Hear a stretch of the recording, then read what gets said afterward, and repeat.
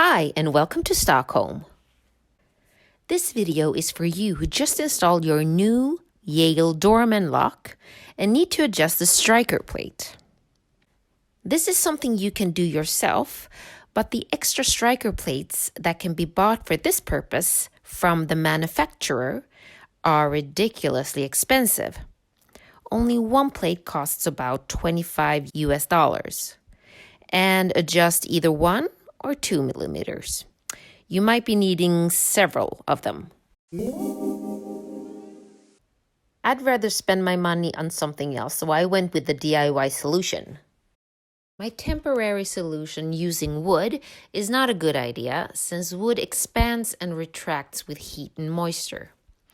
That could be affecting the distance from the plate to the lock case, which should be 3 millimeters, 5 at the very most.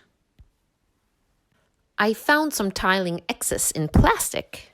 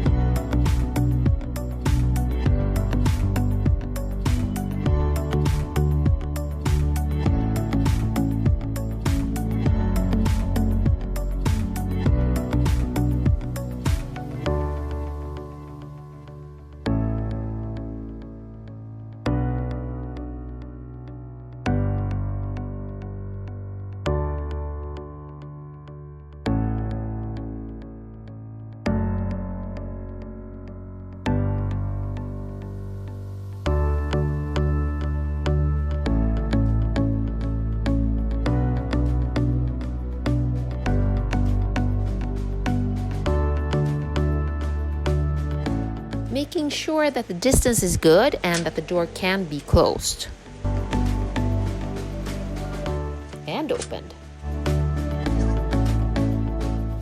Now that we know that the placement is good, we shall secure the installation further with the diagonal screws. Final step is to hide the unprettiness of the distance with an anti-jemmy strip.